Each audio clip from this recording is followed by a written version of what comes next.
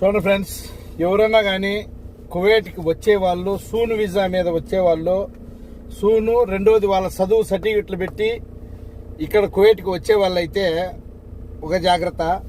ఇంటి దగ్గర నుంచి మీరు వచ్చేటప్పుడు ఏ పేపర్ కూడా మర్చిపోకూడదు అనమాట. ఏది మీరు చదివిన బయోడేటా మొత్తం ఏమున్నా కానీ 10th క్లాస్ సర్టిఫికెట్ నుంచి బీటెక్, ఇంటర్,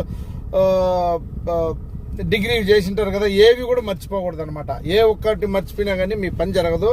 చూడండి, 11 పేపర్లు అన్ని ట్రాన్స్లేషన్ చేసి మొత్తం 10th క్లాస్ నుంచి ఇంటర్మీడియట్ వరకు, intermediate first year, second year, degree, పట్టా, బీటెక్ 4 years మొత్తం అన్ని కూడా ట్రాన్స్లేషన్ చేసామన్నమాట. ఆ ట్రాన్స్లేషన్ చేయకంటే అకామా జరగటంలే. వీటిల్లో మెయిన్ 2 ఉంటాయి. First final certificate, final mark list. ఇవి 2 అయితే ఇవి కూడా ట్రాన్స్లేషన్ అయితే చేయాల. ట్రాన్స్లేషన్ చేసిన తర్వాత వజారా ఖారిజీ, ఇక్కడ కువైట్లో వజారా ఖారిజీ ఉంటుంది, అక్కడ పోయి 5 దినాలు స్టాంప్ వేసుకొని, ఆ స్టాంప్ వేసిన తర్వాత అక్కడే వజారాలో మళ్ళా మృగాపులో వజారాలో మళ్ళా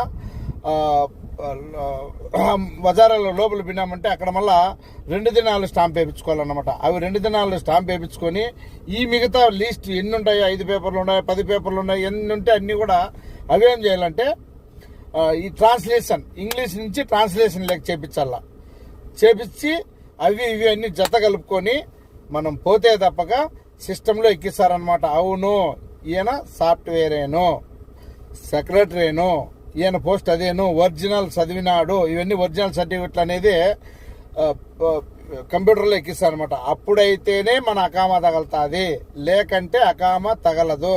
కాబట్టి ఎవరన్నా కానీ మన ఇండియా నుంచి ఇక్కడ వచ్చే పిల్లకాయలు, చదువుకున్న వాళ్ళు ఇంటి దగ్గర ఏది మర్చిపోవద్దండి. సూన్ వీసా మీద వచ్చేట్టుగా ఉంటే మీ బయోడేటా మొత్తం మీరు చదువుకున్న సర్టిఫికెట్లు 10th క్లాస్ నుంచి మార్క్ లిస్టు సర్టిఫికెట్లు ప్రతి ఒక్కటి కూడా తెచ్చుకోండి.